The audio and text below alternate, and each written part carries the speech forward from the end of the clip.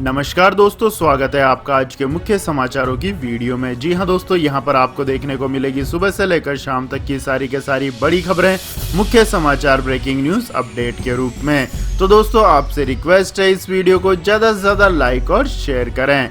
तो दोस्तों, जान लेते हैं आज की पहली बड़ी खबर। सर्वे में हुआ बड़ा खुलासा, कोरोना से घटी 40% कर्मचारियों की सैलरी।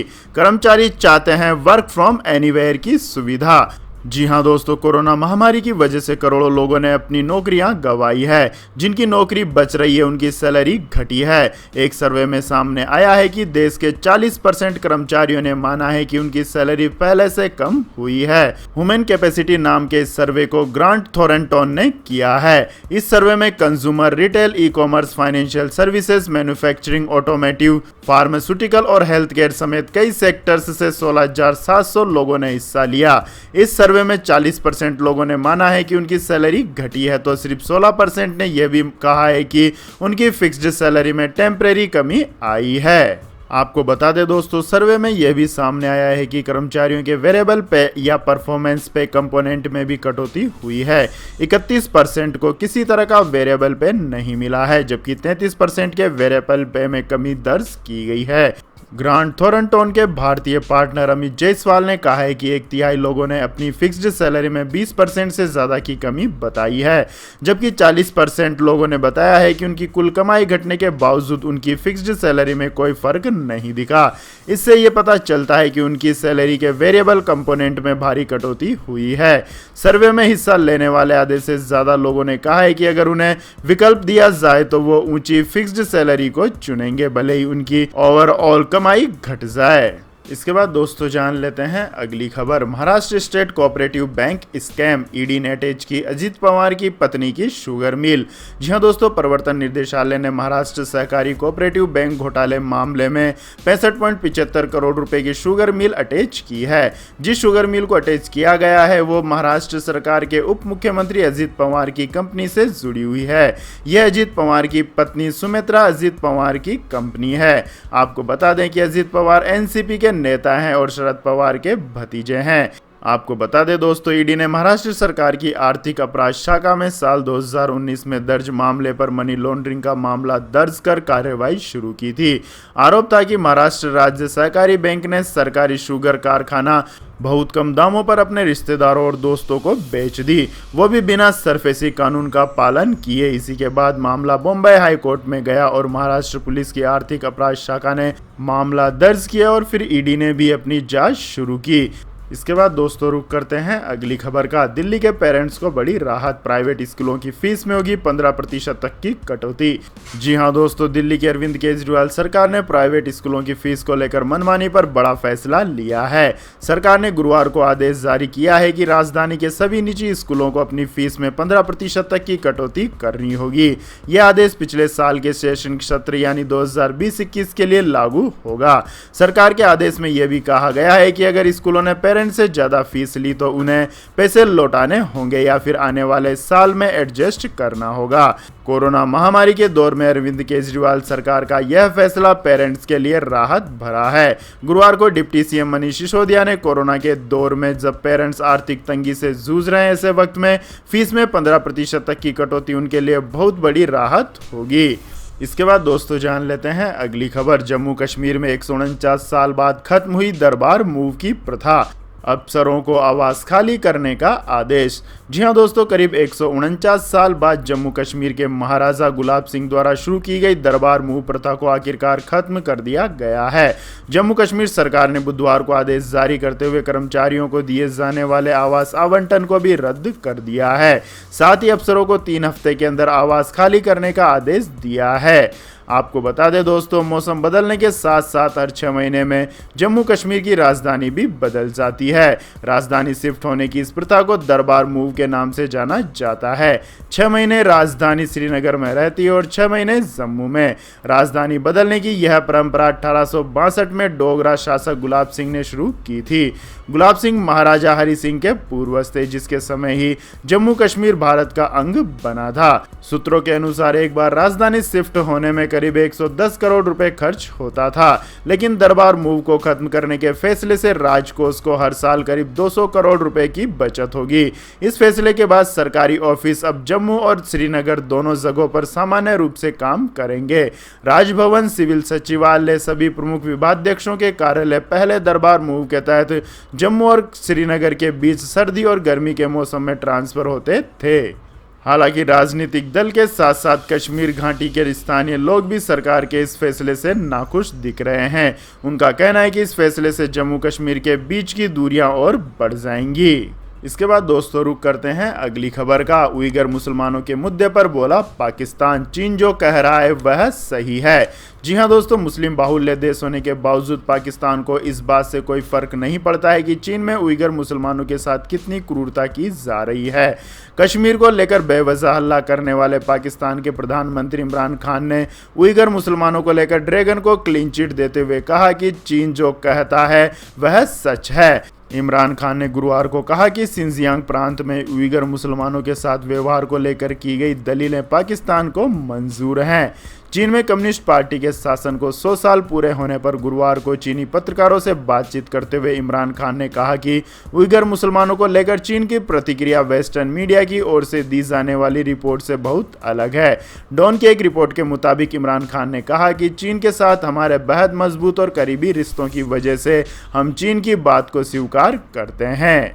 इसके बाद दोस्तों रुक करते हैं अगली खबर का। यूपी की सियासत में श्री कृष्ण की एंट्री, नए नारे के साथ दिखे अखिलेश यादव के पोस्टर। जी हां दोस्तों, उत्तर प्रदेश की सियासत में भगवान श्री राम के बाद अब प्रभु श्री कृष्ण की एंट्री भी हो गई है। लखनऊ की सड़कों पर समाजवादी पार्टी के अध्यक्ष अखिलेश यादव के नए पोस्टर और होर्डिंग दिख रहे हैं, जिस पर नारा लिखा हुआ है, कृष्णा कृष्णा हरे हरे, अखिलेश भैया घरे घरे। यह पोस्टर मुख्यमंत्री आवास के चौराहे और लखनऊ के अन्य प्रमुख चौराहों पर लगाया गया है।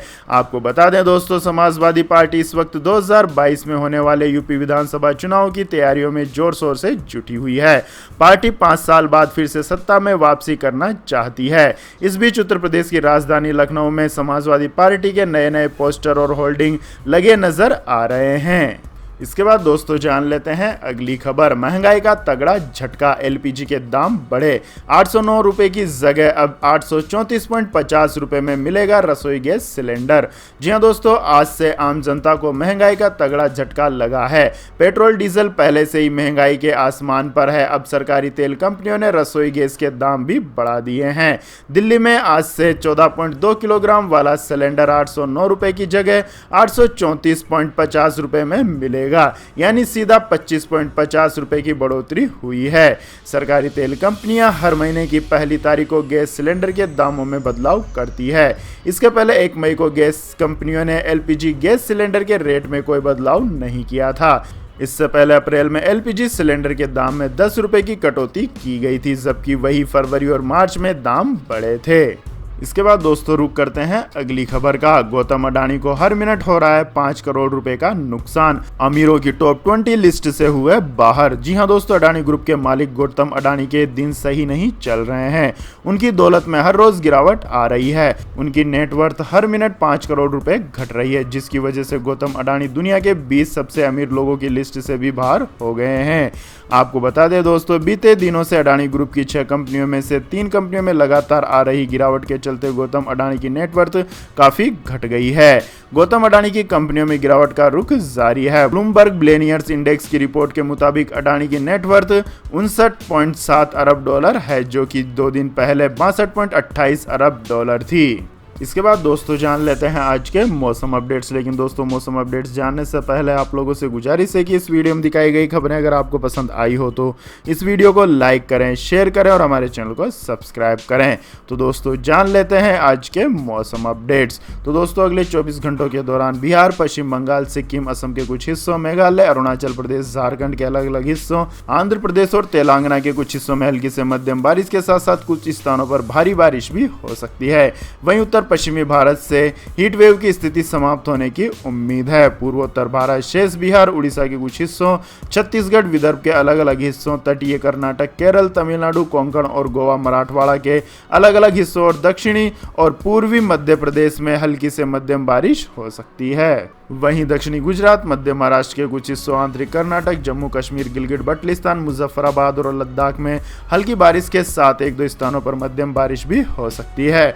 वहीं पंजाब, हरियाणा, दिल्ली, उत्तरी राजस्थान और पश्चिमी उत्तर प्रदेश के कुछ हिस्सों में धूल भरी आंधी और गरज के साथ छींटे पड़ सकते हैं। इसके बाद दोस्तों जान लेते हैं आज के सोने और चांदी के भाव। तो दोस्तों अंतर्राष्ट्रीय बाजार में आज फिर रौनक लौटी है। रुपए में कमजोरी के कारण भारतीय सराफा बाजार में आज फिर सोने के भाव में शानदार बढ़ोतरी दर्ज की गई। वहीं चांदी की कीमत में भी आज ताबड़तोड़ तेजी आई। पिछले कारोबारी सत्र के दौरान दिल्ली सराफा बाजार में सोना 45,784 रुपये प्रति 10 ग्राम पर बंद हुआ था। वहीं चांदी 67,423 रुपये प्रति किलोग्राम पर बंद हुई थी।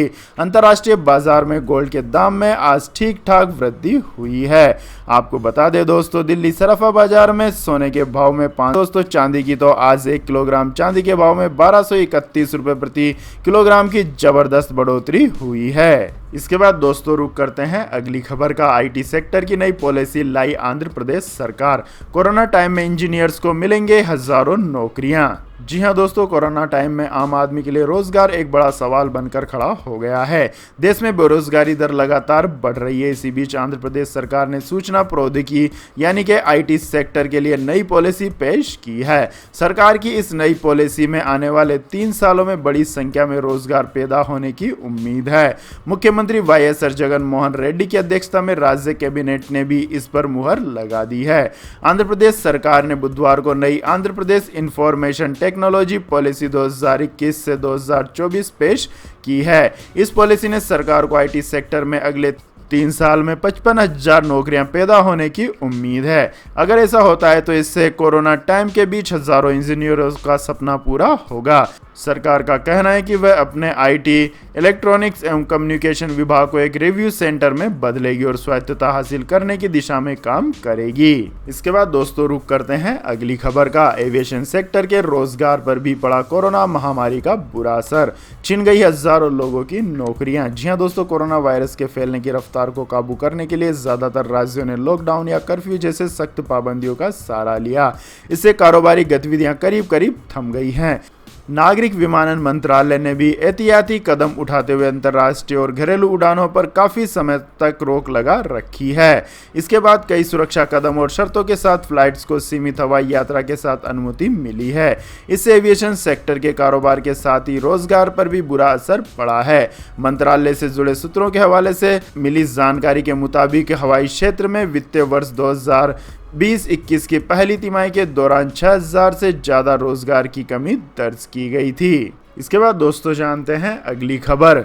सैमसंग गैलेक्सी F22 अगले सप्ताह हो रहा है लॉन्च। 15,000 रुपए से कम होगी कीमत। जी हां दोस्तों, सैमसंग के नए स्मार्टफोन F22 के लॉन्च की तारीख तय हो गई है। गैलेक्सी F सीरीज का यह फोन 6 जुलाई को देश में लॉन्च किया जाएगा। कंपनी ने लॉन्च से पहले इसके स्पेसिफिकेशंस में कुछ भी जानकारी नहीं दी है। तो यह थी दोस्तों आज की सभी महत्वपूर्ण बड़ी खबरें। और दोस्तों बारी आती है आज के माइंड क्विज क्वेश्चन की, जिसका जवाब देकर आप बन सकते हैं शानदार उपहार के विजेता। तो दोस्तों आज का सवाल है, भारत में पहली बुलेट ट्रेन किस देश के सहयोग से चलाई जाएगी? जी हां दोस्तों, अगर आपको इस सवाल का जवाब आता है तो तुरंत कमेंट सेक्शन में लिख दीजिए। इस वीडियो को लाइक कीजिए, शेयर कीजिए और हमारे चैनल को सब्सक्राइब करके बेल आइकन का बटन भी दबा लें। धन्यवाद। जय हिंद, जय भारत, वंदे मातरम।